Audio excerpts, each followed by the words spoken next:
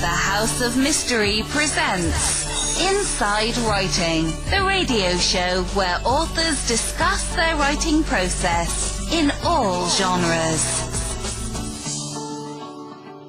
Welcome back into the House of Mystery, and I'm Al Warren, and Mr. David North Martino is charming us to be back after his nice holiday. Yes. His big I'm vacation. charming you? Yeah, it's just, yeah, he's great. He's back. He's charming. He's thrilling. Everyone's excited. Nipples are hard. Well, that's good. The crowd has been waiting for you to come back. Wow. Yeah, they're tired of hearing this miserable old cuss. You know? They want something good, something nice. No. It was an unbalanced power. They love you, Al. No, it's just the email said something different. Oh, okay. It's like they love me. Please, now even other news hosts are complaining about me. Jeez. You're infamous. I'm becoming that way. I'm becoming great. hated. I don't know what's going on. Don't even say anything. It's your fault. It's my fault. Well, I love you, Al. No, well, there you go. I do. No, it's because you're nice. It makes me look really bad. So I'm blaming it on you. I mean, we're just playing good cop, bad cop, I thought. Well, here, let me write this down, because I am going to tell the station manager that it's only because you are so nice. Oh. They actually think, oh, what's he doing with that old crass man? Jeez, give him a show. Get rid of that old thing there. You know? Anyway. Well, so we're doing another writer's day. Now, this guy's all the way from the UK. Wow. And he's got another book out. This is like a thriller, scary book, okay? So you better put on your seatbelt. I know. I'm strapped in. Yeah, don't cry. Okay, so now sit down. Now the book is called Don't Let Him In. The gripping psychological thriller that will send shivers down your spine. And also the long title that will bother the host. Mr. Howard Linskey, thank you for coming on the show. Hi, Alan. Hello, David. Thanks for having me on the show. Very good of you. Hello. Hello. I don't know if it's very good of us, but, you know. Wow, that's a long title. What, Don't Let Him In? A long title. Don't Let Him In, but it's the gripping psychological thriller. Oh, yeah. Well, they do that weirdly on retail sites, don't they? They sort of extend it so that there's dozens of words on there. But, you know, just Don't Let Him In will do. And then they have a bit of blurb that they add on it. So, yeah. But I guess it's the desire to cram everything into the title bar so that you read it and hopefully stay on it and click on it and buy it. So there you go. Yeah. Soon it'll be the first chapter. Yes. You usually get that for free as well. So you can see whether you actually want to buy the thing or not. Yeah. That could be a double-edged sword, really. But, yeah, you click on the audio and have a listen and see what you think. Who don't you want to let in? Well, I think it's kind of funny because on the cover, I don't know if you've noticed, but they put my name at the top. And so if you read it from the top, it literally says, Howard Linskey, don't let him in. And then it says underneath there, he's always been there, now he's coming for you. And although my friends find that highly amusing, you know, because they've known me for a while. Now that you say that, yeah. So is this about you? Is this all the rejection you've had in your life? Yeah, and guys, you let me in. I mean, you're regretting it already, I can tell. Oh. Yeah, it was kind of appropriate. But no, this is a fictional killer that you'd be probably relieved to hear. It's not actually my autobiography. And it's set in a spooky northern seaside town, a bit of a rundown place. We've got quite a few of those in the UK these days, crumbling places that can't really afford to do anything more than have a lick of paint applied to the buildings. And in the northeast where I'm from, the climate's pretty cold and a bit blustery as well. So it's the kind of place where if you walk on the sand, you do it in a coat. You know, usually by walking a dog at the same time. It's not one of those places where people sunbathe. So it does have a bit of an atmosphere, that part of England. And I think it's quite a good setting for a spooky tale, a crime fiction novel with a bit of hopefully a bit of a twist that you don't see coming, as they always say on the marketing. Yeah. But, Well, you said it's a fictional one, but I know from all the fiction writers we interview that a lot of these characters are usually the main character has a lot of the author in it. Yeah, well, this is a woman, so I can't claim too much. So you've got quite a bit to explain here. Yeah, exactly. Yeah, so her name is Rebecca, but that's not me at weekends. So but we do. I suppose we do share one thing that she's quite a bit younger than me, but she's a journalist, and she's gone into journalism at probably the wrong time, because probably on both sides of the Atlantic, it's harder to be a journalist with news and everything being free online, and it's harder to make a living. And she comes back to the Northeast because her father, who is a newspaper editor, or has died suddenly, and she thinks it's kind of natural causes. But when she gets back, she starts to realise that he might actually have been murdered, because it wasn't conclusive initially. It looks like a fall, but it could have easily been that he was actually attacked, and a bone in his neck was broken, which makes it look like it could be strangulation. So she's now alone in his spooky old house, sorting out his gear and trying to work out what he was investigating and why it might have got him killed. So I've never done that personally, but I could easily imagine it. So, Not that you're going to admit to, anyway. That's true. That's true. Yes. So this is one of your standalone books. Now you are more into writing series, aren't you?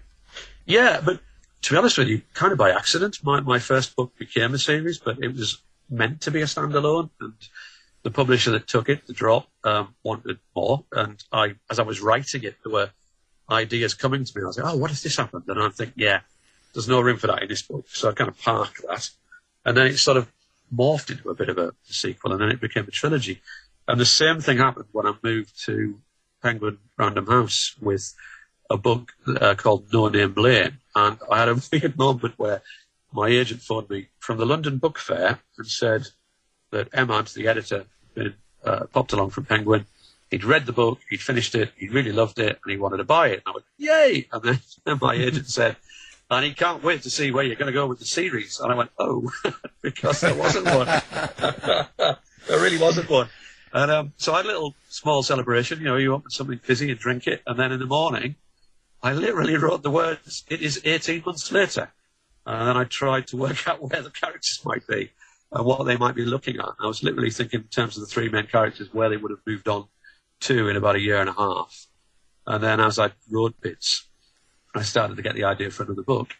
And there have been 4 in that series. And but Don't Let Him In is going to be a standalone, because the character is literally investigating the death of her own father, and she's not really a detective or a PI, or she's not in the police, and she's a journalist who just wants to be a journalist and happens to get caught up in something because it affected her own father. So finally I've written a standalone. It isn't going to morph into a series. Well, yeah, but you could make that a series. Maybe Rebecca's going to transition to a guy named Howard. Good thinking. Yes. and he's going to write books. A bit like Dr. Jekyll and Mr. Hyde, but like a kind of, the old movie Dr. Jekyll and Sister Hyde. Yeah, it's just kind of an update. Fits the new society, and think about this. I should talk to you guys more often. I'm thinking about what to write next. So give me some ideas here, guys. Thank you. Yeah. That's what it's all about. Here to help writers. And don't worry about any credits. Just take it all. Don't worry. I thought you were going to say, don't worry about any credits, just send me money. No, I want nothing to do with this. When they all come down on you on Twitter, don't start using my name here. No. Gosh. Yeah, that magic word cancelled, where you were typing, it just implodes after all these years because you said something. That's been misconstrued, if you want to put it charitably. But your whole life's gone in one. Oh my goodness! Two words. Go on radio, they said. What could possibly go wrong? They said. They didn't tell you about me. Well, that's interesting, but I just wonder. But when you so you do this book, and then the other book, and all of a sudden it's like they can't wait to see where you go.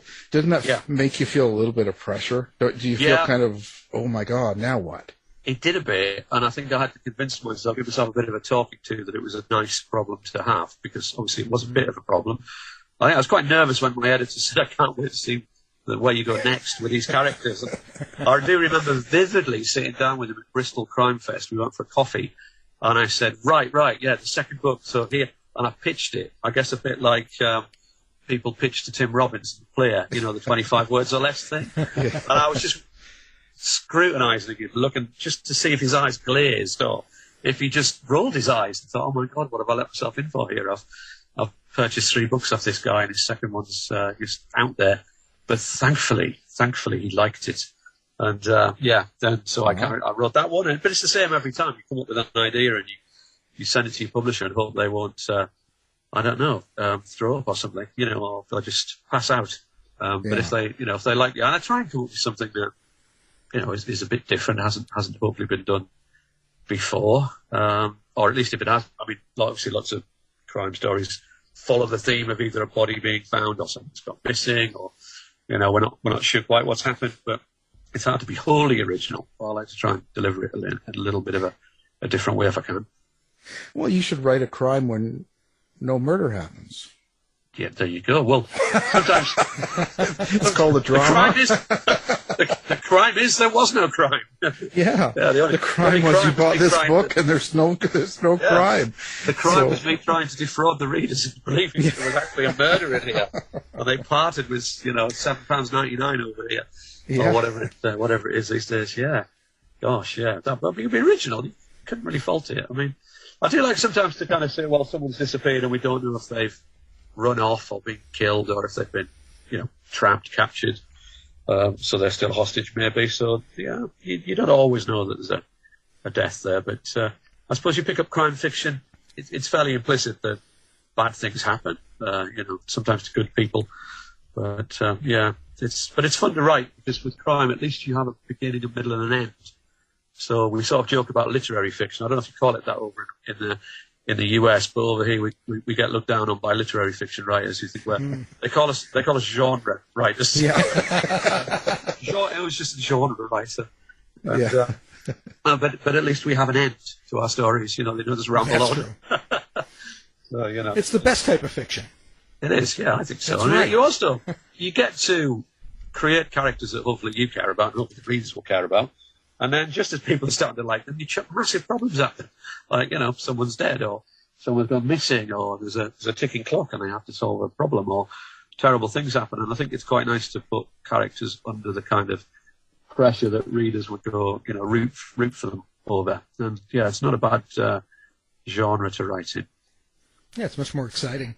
Yeah. It seems, you were talking about the publisher and wanting the series. It almost seems like publishers today really want that book to not be a standalone, but be able to be morphed into a series. And you get it. I think there's a weird at the moment. There's a bit of a moving away from that actually, because when I started with Penguin, so it was 8 years ago when I first signed up for the first novel. And then it really was, if you can get some characters and establish the characters and write a series, that's great. And then a few books in, I was going to write one that potentially featured those same characters. And it was a book that became Alice Teal is Missing. And my editor said, actually, at the moment, we're finding it harder to get books into some of the bigger stores when it's number 4 in the series, when it's number 5 in the series. And what's happened over in this country, we have supermarkets, which from an American perspective, you would think they were dwarf markets. They're still small. They're not as big as the shops you guys have. But they sell everything. So they used to just sell food and drink items or whatever. But now they sell clothes, they sell music, they sell electrical goods, and they also sell books. And it's a bit of a positive if you get into those stores. But they don't have a bookshop full of stock. They just have like a shelf or a few shelves. So they'll only take 24 titles a month, sometimes 12 titles if they're smaller ones. And to get one of those slots is quite coveted. And yeah, if you pitch them number 5 in the series, unless you're a stellar name, a big name, then they're probably going to go, but we didn't sell the first 3 or the first 4. So standalones are back in vogue a bit. Yeah. Oh, that's good to know. You could always go to those markets and just empty a shelf and put your books on it. Yeah. I've often fantasized about that, to be honest. And we all do the thing when we walk into a bookshop when we see our see our books with the spines facing out, and we just look around, no one's looking, so we slide it out to the shelf and turn it face forward so that it grabs the eye. You know, I think all of us authors would admit to doing that. Oh, So, I do much worse than that. I pour coffee in all the ones beside me. I go out. They kick me out of this. They don't. You stand there all day, and as they slide out with the books out, you just go, "Nah, don't. I've read that. It's terrible. Don't bother." No. Yeah. Yeah. The other one. Yeah. You've seen me. Yeah. That's what I do. You're the guy on the CCTV on that YouTube channel, aren't you? Yeah. The one who's That's all I do. It's like, oh, you don't want to read that one. Oh my God. You know. Oh, yeah. But in the UK, these supermarket slots that I mentioned are more coveted than the Booker Prize. You know, I mean, it's you really want to be in these places because people apparently buy books on impulse while they're buying groceries. I mean, I'm a browser. I like to go to bookstores and spend ages and look at things and occasionally come out with books that I probably will, struggle to find the time to read. But seemingly, people occasionally buy groceries on a Friday and put a book in the trolley. Yeah, all that stuff does. But I don't know how much they read it. I think they just like to buy all those whim things by the cash till when they're waiting. Yeah, you're probably right. Yeah, and also that's why it's important to have these little strap lines on there and so shout lines as they call them in publishing, so that at least you get across what you're selling, what you're writing about. Yeah, it's crazy. But I spend a lot of time putting my books in all those stores. Good man. Man, I just don't make any money from it. That's it. But they might buy the next one up. If they like the first one, they might buy the next one. Yeah. Look at all those authors on Kindle who used to give the first book away and hope that you bought the second one. So and they're all working at the drive-through. Come on. Yeah. Come on, that doesn't work. I mean, you're giving away something that they don't want. So what's the point? Gosh. Yeah. Right. Remember, all hate mail goes to Jade now that he's back. It's not about me, right? See, now you can see why they hate me and like you. Where does it come from? But you just say when the idea comes, you're just sitting there and you kind of wrap it. Do you just have this wild imagination, or do you have dreams? Yeah, I think I do. I think I have a weird brain, and I don't know if all writers are like. I mean, I know a lot of authors, and I think we're all a little bit similar, but I think one of the things that authors do is even mundane situations, we sit there and we go, oh, what if? What if suddenly this happened? What if that woman up there playing with that child suddenly got grabbed by a man? Or what if, somebody marched in here and started shooting a gun or whatever? I think our brains are always ticking over. And I think I saw somebody explaining that being an author is a bit like having 50-odd tabs open on the internet, but they're all open at once at the same time, and they're all whirring around. And even when you're not writing, you're kind of writing in your head. And I usually start with just like a germ of an idea. But Don't Let Him In, that idea was that my hero, heroine, whatever you wish to, protagonist, I suppose is the neutral phrase, she has to come home because her dad dies and she tidies up his estate, and lots of us have to go through that. But in this case, she finds something pretty sinister, and that sinister thing was he didn't die naturally; he was murdered, and that became the start of that. And then what I need to do then is I always have to have an ending in my mind, because I can't be one of those writers who just writes a book and says, "Oh, I have no idea how it's going to end." Like, really? What if you get to like 80,000 words and you've got no idea how to wrap this up? I admire them, but I'm also like, how can you do that? So, and then my job is, having settled on hopefully a very good ending and a good hook at the start, the challenge is how do I get you guys to keep reading once you're past that opening chapter, and I've got to throw in all sorts of things to keep you guessing, and they're all red herrings and things that make you want to go, oh, what was that? A little drip feed of information there, and I want to know a bit more about that guy's mysterious backstory or whatever, just so you keep with me all the way through till the 90,000 word mark or whatever it happens to be. Well, you could just stop writing at 80,000 words. You don't even have to have an ending. Just stop writing. There are some writers who've done that. Yeah. I mean, I've read books that have petered out. Clearly, they had no idea how to end the thing. And I guess they get around that by calling it literary fiction. I don't know what to say now. Yeah, it's like, what do I write now? Can you imagine how dissatisfied if it just ended, but didn't actually end? If you said, it was just like, And he went off and he still hadn't solved the crime. But, that's life. Sometimes the crime doesn't get solved. And, the murderer's still out there. And there's no justice for the grieving. Yeah, you can have a little epilogue. Just get over it, okay? Yeah. Don't have an ending. Get over it. Look, it says on the cover, the most realistic crime novel you'll ever read, and it is. There was lots of boring investigation work that went on for weeks, and then ultimately they went, we've got no leads and no suspects. Yeah. And, things to deal with, Yeah, got to get on the next case. Yeah. There you go. We've invented a new genre, gentlemen. Yeah. Boring crime fiction. The unfinished boring book. The unsolved trilogy. So now, are you hearing voices and stuff, or do you see pictures? Like, how do you experience this whole situation? Well, I've all my life I've been a very big film fan. I do read. I like reading novels, but that was a lot of crime writers that I know. They always talk about books they grew up reading, and I did a bit of that. But mostly for me, it was I know every line of The Godfather virtually, and that kind of thing. That influenced me more than reading novels. So I still talk about I need to sit down and I need to write that scene where this happens. So I see it as a scene. I don't know if the writers think chapters or the way they describe it, but I see it cinematically. And my first books were optioned for film, although they never actually were turned into film, but they were optioned by the producer of the Harry Potter films, of all people. So that was pretty amazing. That's because he didn't have an ending. That's it. He wanted to just add an ending. He was so frustrated. It involved wands and everything.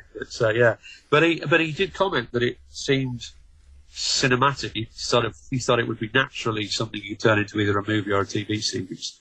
And I did comment that it was probably because I was very into movies when I was growing up. So, and I still try and watch, movies whenever I can. I mean, not every single day, but ideally I'd like to sit down and watch a movie. And I don't steal from those films, but they stimulate other ideas.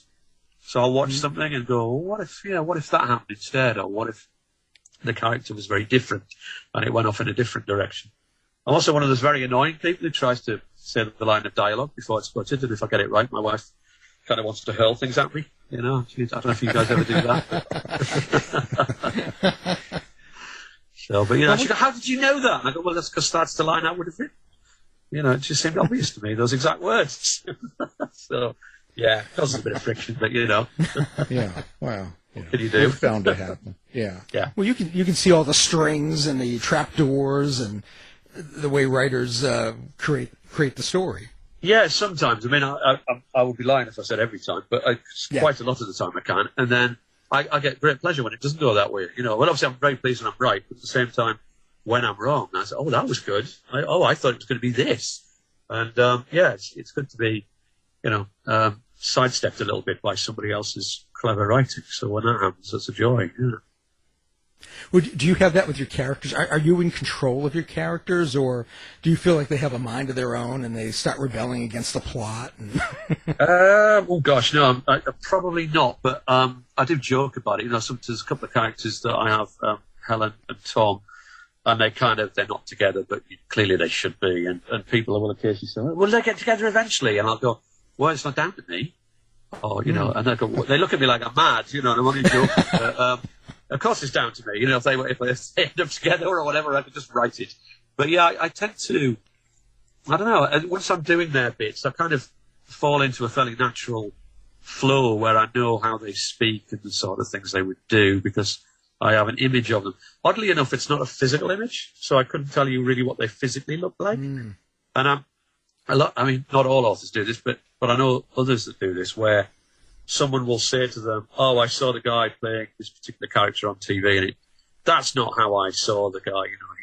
He doesn't look like that." And the authors, I've been there where the author's gone, "Well, I didn't physically describe him. I didn't say how tall he was, or whether he had dark hair or blonde hair or whatever." Because I always find that the kind of dull bit, the idea that you take the dull bits out.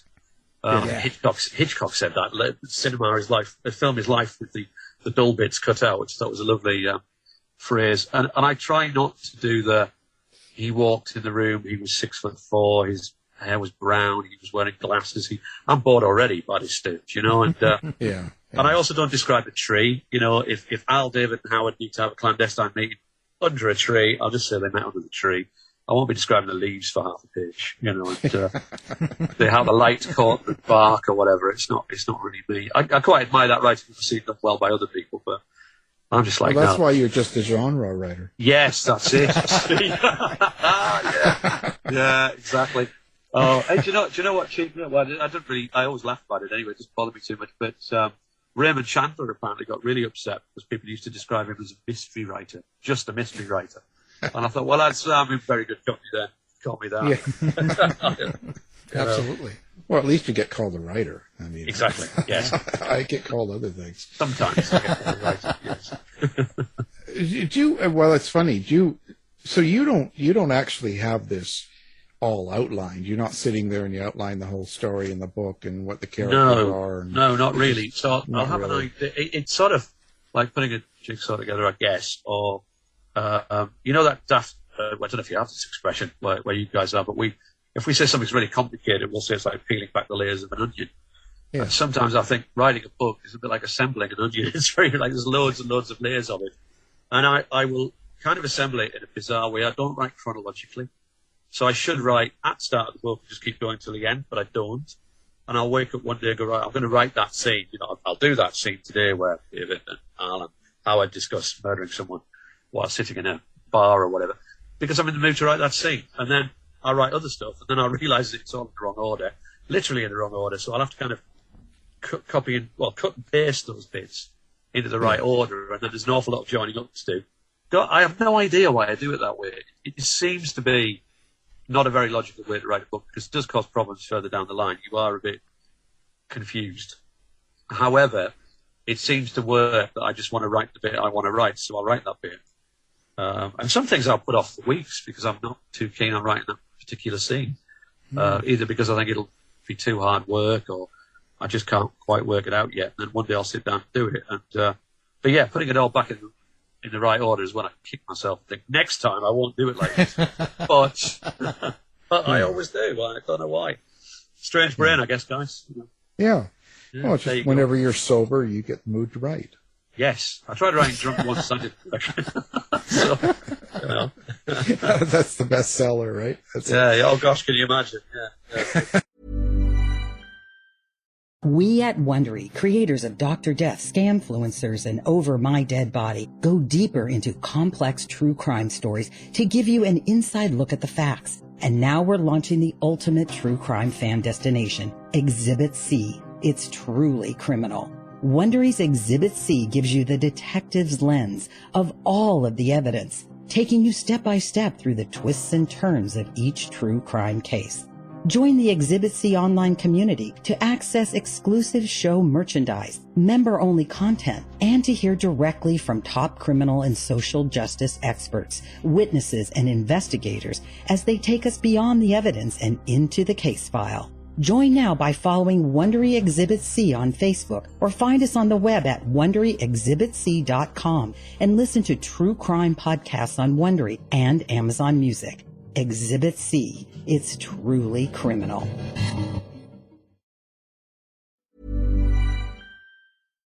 When you're drunk and you think this is great, in the morning you read it back to yourself and go, oh dear God, no. Yeah. So, when I write, it's more like peeling the onion because people are crying before they get through chapter one. It's like, I can't believe someone because they are so moved by your prose. Yeah, they're so moved that the publisher actually paid for this.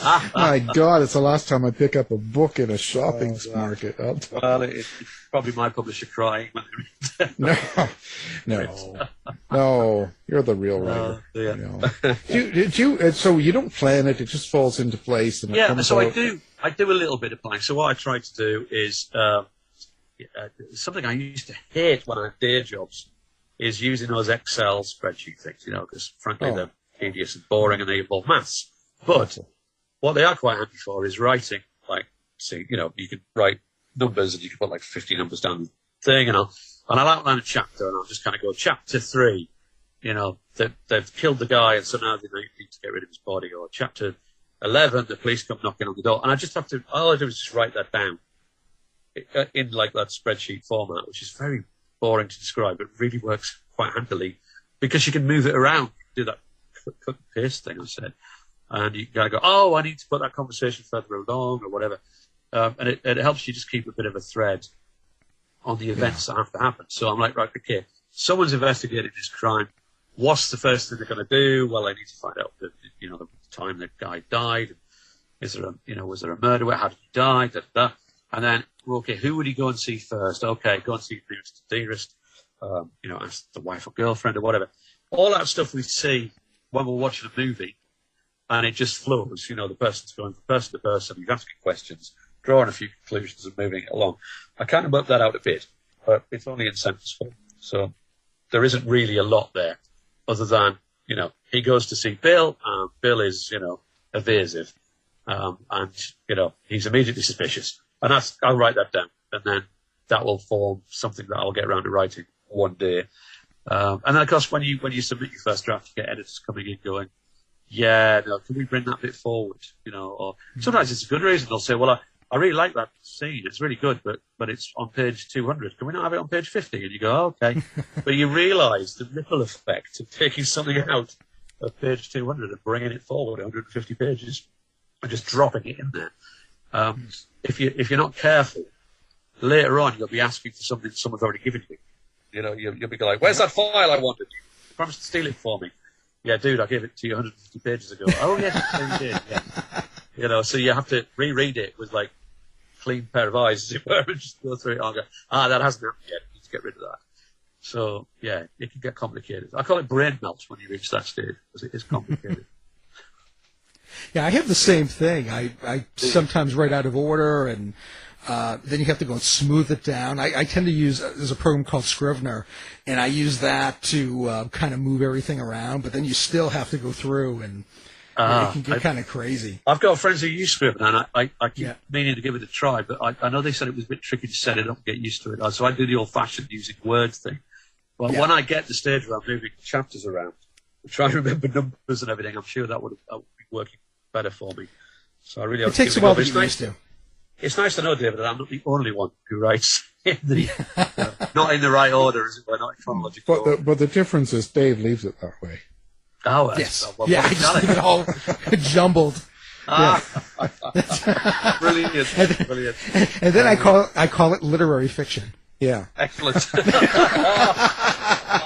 Oh, boy. Oh, I love See it. the hate mail's coming. I'm ready for it.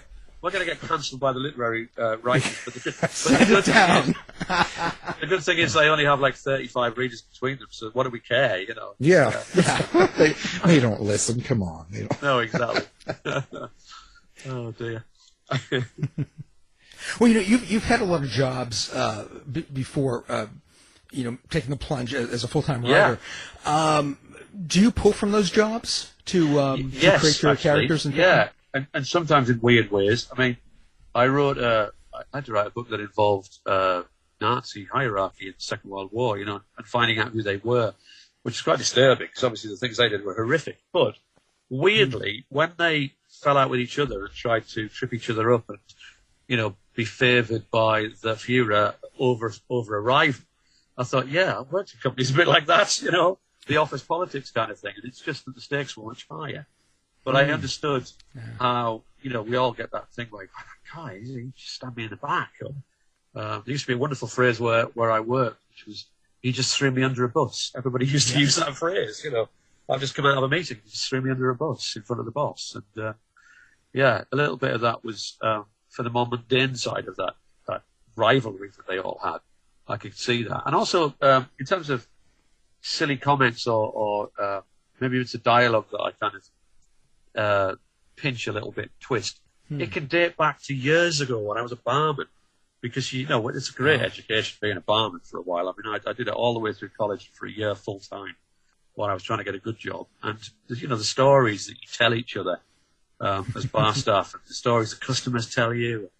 Yeah, every now and again I'll think, oh gosh, I remember Brian saying this thing 30 years ago, and I'll just tweak that a little bit. To turn that phrase around a bit, use it. So, I think authors could and should mine from their own lives. I mean, we don't, all jokes aside, we tend not to be murdering psychopaths, but we have had lives. So, we can, we know what it's like to, I don't know, fancy someone or, ask a girl out, bomb, get a bit too drunk or, you know, accidentally perhaps get told off by the police for something minor. You know, very, very minor, I should stress. It's never happened. So, yeah, No. yeah, but we're all young. But yeah, so little bits of stuff that or they'll just influence you and make you think of something else. So yes, I do, but I haven't done anything involving sort of working with police or following them around. Or I do the research, but the longer I'm at this, the less I research, in the sense that I think you should wear your research lightly anyway on the page. So, you know, 90% of what you find out, if you try to put all of that on the page, it would be too dull. And if you describe a crime scene really accurately, you're in the pages of it, aren't you? And, you know, waiting weeks for the test results to come back and all that kind of thing. So I tend not to get bogged down in that. No, I think it's just more about the knowledge, so that you don't get something wrong in the story. Yes, agreed. I mean, that's a big, you know, that's the main thing. You don't want to be deluged with emails of people saying, well, how on earth could that have happened? But, without getting too bogged down in the detail, I think it's a happy medium. To get it's like the description of the tree and stuff. It's just, it's something that you don't need to really get into. Unless there's something about that tree that's involved somewhere down the road in the crime or the story, right? Yes, and you know what? That just made me think, because when you work with editors, usually the editors are really clever people. I mean, they've got amazing qualifications just to be able to get into that job. It's very competitive. But occasionally, they will fall for something and they'll ask me to remove something, and I'll go, oh, no, I can't remove that. I know it looks bland, but it's actually a clue. You know, and it could be something quite minor. And I had that in a book once. It was all about a guy digging something in an allotment, which is a little garden. It's like an extra garden where you grow vegetables and things here. Because we don't have as much land as you guys. So some people have like tiny gardens, and they rent from the local council these allotments, which are patches of land, and you can dig them up and grow things. So I had this whole dialogue where my investigative guy was asking someone about someone else. And the guy doing the answering was going, oh, he thinks he's a great gardener, but, you know, he dug his potatoes in February, and you don't dig your potatoes. You just wait till March before you start digging. And even my investigator was bored. He was like, that's not what I'm here for. And my editor suggested we cut it. But it was a clue, because he wasn't digging potatoes. He was digging a hole to put a body in. And he that was it. And then when he finds out later on, the investigator, that the guy in question was actually an excellent gardener, it made him, and could grow anything. It made him think, well, hang on, why would you have got that wrong? Clearly, he wouldn't have got that wrong. And, oh my God, that's where the body is, you know. So there you go. But if the editor had removed that boring bit, that 2 to 3 paragraphs, then, you know, we'd have not got to where we were meant to in the book at the end. Yeah. So, kill the editor. Kill the editor, yes. Yeah. Well, that's right. That's oddly enough. That's the title of my next book. So you know. Do you actually ever have something or a point that you want people to get out of the book other than the entertainment? Yeah, sometimes. I mean, I don't want to get too preachy, so it might be a little bit of a side issue. But currently, the one I've just finished writing, which will come out in September, is called The Inheritance, and quite a few of the characters in there have a sense of entitlement that I don't actually see very often in America, because you don't really have that class system we have. I know you have Ivy League, and I know you have people who've got, you know, money and all that, but we go back centuries with this rubbish, you know. Yeah. And the sense of entitlement that people in our government, usually because they've been to Eton and Cambridge, it just means that they can make a bigger mess than most people, but they don't have any self-doubt about it. You know, they never think it's their fault.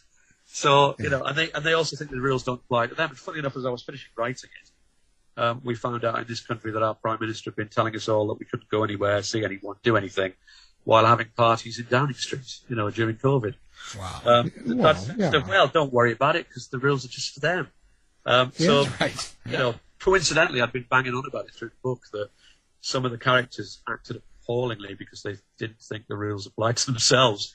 And as is often the case, you write something, and while you're writing it, you know, it explodes around you in the news.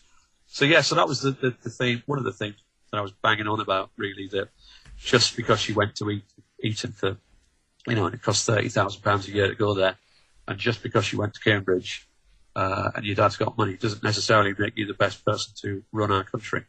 So, yeah. Yeah, was her middle name Boris? Yeah, yeah. We did have a Boris. There's a Boris-like character in there, and I deliberately made it a little bit less obvious by saying that this politician that features in it, he's not in it for very much of the book. He's just in there as a character briefly, and you don't really see him. You hear about him, and someone tries to explain why the voters like him, despite the fact that he's been involved in a lot of scandals.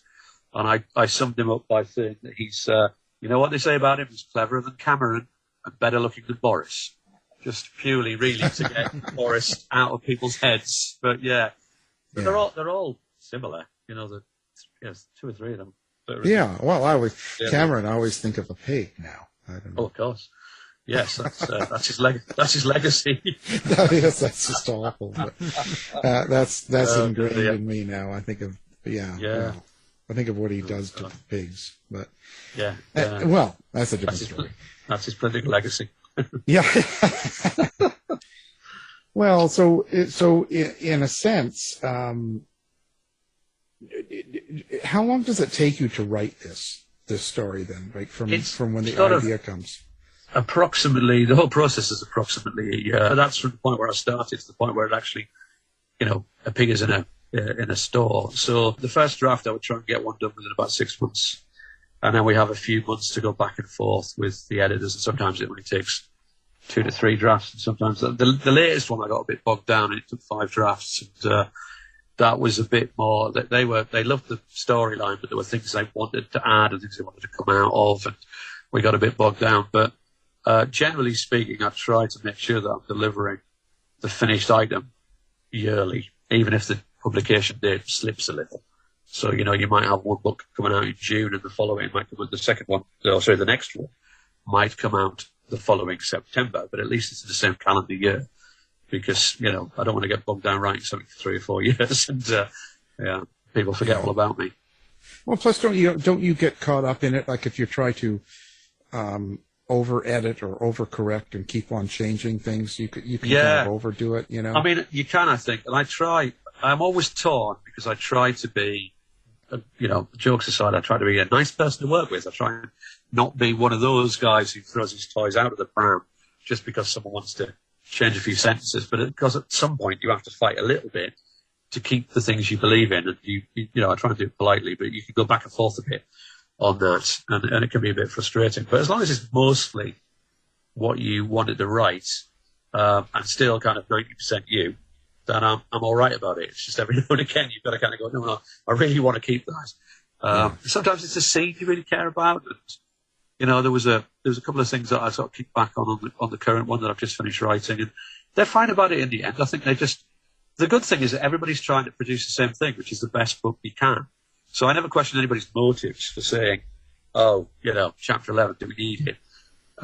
Immediately I might think, well, yes, we damn well do need that because it took me a week to write it and I really like it.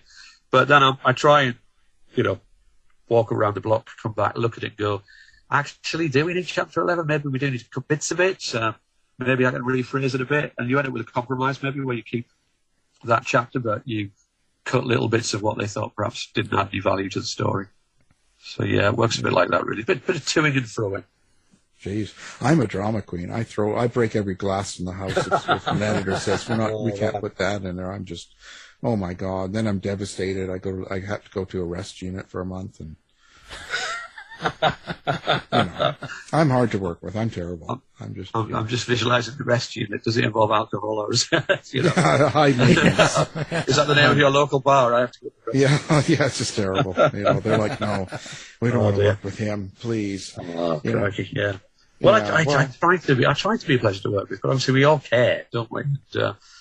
And, occasionally someone will say, for example, they might want to change the title or whatever. And if they, you think, oh, please send me a good one then, because so they might say, so I had one book that I was going to call The Chameleon, but again, weirdly, I mentioned it again, there was a literary fiction book coming out the following year that was called The Chameleon, I think. And so they said, oh, we can't call it that. And we ended up with a good title, but I think, from memory, sometimes the publishers, they always say the same thing when they send something. They send you the cover, the design, and the title, and the shout line underneath the title. And you read before you open it, you read their email that says basically something along the lines of, we've been looking at this, and all of us agreed it looks fantastic. I really, really hope you like it. And I think that's kind of code for, please like this, because we've been working really hard on it. And if you don't like it, we're back to the drawing board. So I always really, really want to like them. And I've been very lucky. Nearly always I do. But occasionally I go, actually, that title that you all dreamed up together, it doesn't really make me think of a crime book, even, let alone. So you've got to politely go back and say, look, sorry, but can we have another look at this and try something else? I do it politely, so hopefully they don't hate me. Fingers crossed. Well, I mean, you do it. Do you worry? Because recently I had a little run-in with one of these publishers about using certain terms, certain phrases, oh, yeah. and I know I used ghetto, for instance, and all right. We're like, well, couldn't we call it working class neighborhood? And the problem for me was I was writing, it's a true crime, so it's a real story, and it's what one person said to another. They called it. So I'm thinking, well, I don't really want to change their language because it's personal. It's really, you're getting to know who this person is. It's real. It's not made up. So, but does that concern you, or do you sort of have to run through? Only, I mean, I try to be a bit careful. I guess the first books I wrote probably wouldn't pass through editors these days without lots of changes, because it was quite gritty stuff. It was 3 gangster novels. I wrote them 10 years ago. So I suspect there'd be quite a bit of re-engineering required to make it through these. Well, they have sensitivity readers, I think they call them now. Yeah. And I got picked up on what I thought was really innocuous stuff this time, which was a couple of times I wrote about males, and I got told, well, women can be bullies too, and I was a bit baffled because I thought, well, is this because, and sensitivity question mark, and I thought, well, surely, middle-aged white guys like me aren't going to get bent out of shape by somebody complaining about a male boss being a bully or something. And I was a bit, and I never did get an answer to the question, but I did ask, is this a new thing that the publishers, are you all being told? And I said, I don't mean it sarcastically, I mean it genuinely, because I'd like to know, have we got to avoid saying, I think I wrote something like, I hope you never have to work for some bullying male boss. You'll end up a talentless male boss or something that you'll end up carrying. I think I wrote about a woman talking to another woman, and I wasn't really aware that was going to worry anyone. The fact that I described this bully as a male, because I know female bosses can be bullies as well. But I just thought, well, historically, I think men take the world title for bullying other people at work, really, and that was an unusual one. But I suppose I've a little bit not censored as such, but you're just aware that the world has turned a little bit. So even if you're writing something ironically, then, people can still get upset. I mean, my protagonist in my first 3 books was not a good guy. The only reason you would like him is that he was slightly less appalling than the people around him, because he worked in organised crime. So he's obviously not going to be a nice guy. I didn't want to write him like that. But, he isn't me, if you see what I mean. So when I'm writing his thoughts, they're not my thoughts. But I suspect these days, a lot of his thoughts would have been edited out. Some of his thoughts on women, he was a little bit, bordering on misogynistic, I suppose, or a bit dismissive. But I was writing about a guy who every day faced possible death, injury, or arrest, and he was dating someone who was a normal woman with a normal career. And I thought, well, when she comes home and moans about her day, he's not going to go, oh, darling, come here, I'll buy you a glass of wine. He's just going to be, in his head, he's going to be like, oh, God, you think you've got problems? That probably made him sound a bit misogynistic, but it wasn't the intention to make him like a woman hater. It was just, I didn't think he'd be very tolerant because he's not a nice guy. But I suspect I probably would be asked to cut some of that these days, I guess. Yeah, it's not. The world has changed, Yeah, you're triggering people. Correct, yes. Yeah. I'm going to drive off the road if I'm listening to your book. People like you, Howard Linskey, don't let them in. Don't yes, exactly. You see, I mean, they can't say I didn't warn them. So, Don't let them in. It's not pretty. Yeah, exactly. You think you got problems, lady. Exactly. Yeah. But I think if you're facing any kind of horrific, I mean, I don't suppose police officers and firefighters are very tolerant of guys who go, "You would not believe what my boss said today," you know. They'd be like, "Well, dude, get over it," you know. But, he didn't like my hair. Yeah, I know. He looked at me in a funny way, as they say over here, you know. So, he gave me such a look, you know. Yeah, he was undressing really, me with his eyes. Yeah, I was actually on fire earlier, but, you know, and I mean, literally, not metaphorically, would the firefighters would be saying, wouldn't they? And you're worried about someone giving you a hard stare. You know? Yeah. So, yeah.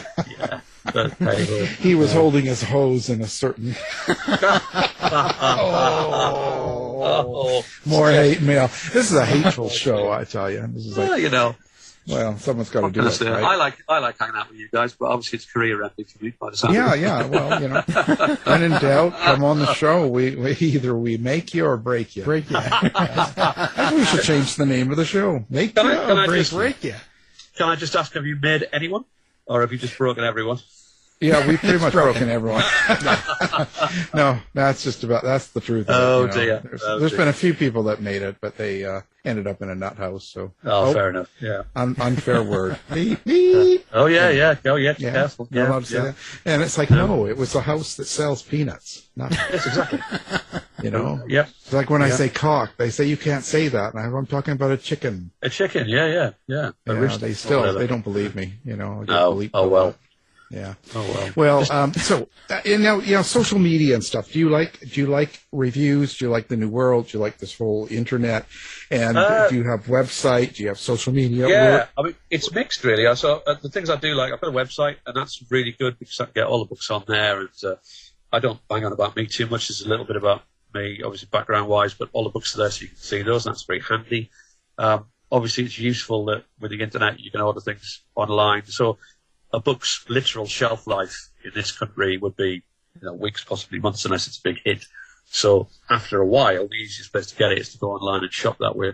Social media, I quite like being on Facebook because I like the interaction with friends, but I also am able to tell someone that I'm going to go and do a signing in Newcastle to launch a new book, and immediately 1,500 people will see that. So that's kind of handy. It doesn't mean they're all going to turn up, but some will.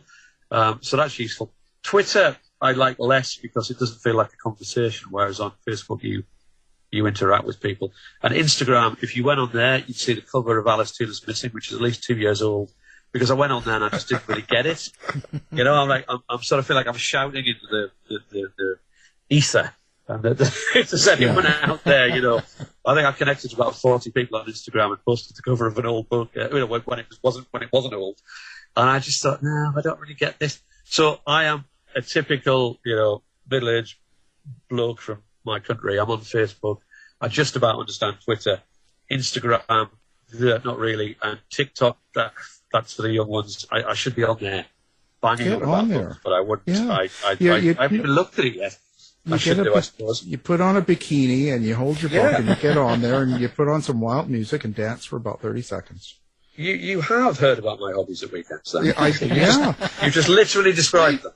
Yeah. Crikey. So that you know, so get on there because you'll be selling tons of books. Well, I like to think I've got the figure for it. So, well, there you go. Perfect. Perfect. Oh, dear. But the G-string's got to be your size. Okay. Stop wearing that's true. Yes. I don't want that to happen again. No, exactly. So, yeah. But yeah, I think I need to get a Zoom meeting with Penguin to tell them about the marketing strategy we've dreamt up between us guys, because this is good stuff. Yeah, I'm here. We're going to write mysteries that don't end, which is great. You know, no resolution whatsoever. You know, literary fiction crime novels that never end. Yeah. And it's just about the detective having a bit of a midlife crisis in his head. So that'll work. That's it. It's all about the drama. Nobody cares about the murder. Exactly. You know, and it's going to be real sensitive. They're going to sit there and talk about sensitivity and feelings and the tree. The tree makes me feel, and they're going to have a conversation with the tree each chapter. We're going to call it the cancelled detective. Yeah, he said the wrong thing on social media, and now he's out in the wilderness. He's solving cases on his own because his boss is appalled. He said the wrong thing on Twitter. See, I like this. This goes. You see, you're going to be a big star here. I'm telling you, you're one of the make-its. Excellent. I'll come back on when I have. Yeah, we can have review. your agent call our agent, right? Yeah, I know. I will, Do definitely, guys. Yeah. Yeah. Well, so now what is the website so people can come find you? Yeah, I'm just a howardlinskey.com. So that's Perfect. easy enough. We'll have that up on our website too, so people can Oh, find thank you, you. and then Yeah. they can hunt you down. Yes. And please, bad comments all go to Howard Linskey. He's looking forward to it, and bad reviews too. I'd just like to apologise for anything I may have said in the past hour to anyone I may have offended. I think America's a wonderful country, full of beautiful people, and there you go. And some ugly ones, obviously. Oh, damn! I've done it again. Yeah, Kim Yeah. Kardashian, the country of Kim. Yeah. Yeah. Well, so now the book we want you to buy is called "Don't Let Him In." Don't Let 'Em In, And yeah. if you're on social media, you'll see "Don't Let Him In," the gripping psychological thriller that will send shivers down your spine. But it's just Howard Linskey, "Don't Let Him In," or you could be problems, you know. Well, Howard Linskey, thank you for being here. Hey, thanks so much, guys, for having me on. It's been a pleasure. Thanks, Howard. Tired of wasting time trying to decide what to watch on your streaming service? Go to our website and look for the Martino movie reviews. You've been listening to the House of Mystery radio show. To find out more about our guests, hosts, or show, go to www.houseofmystery.com. Show's over for now. Was it as good for you as it was for me?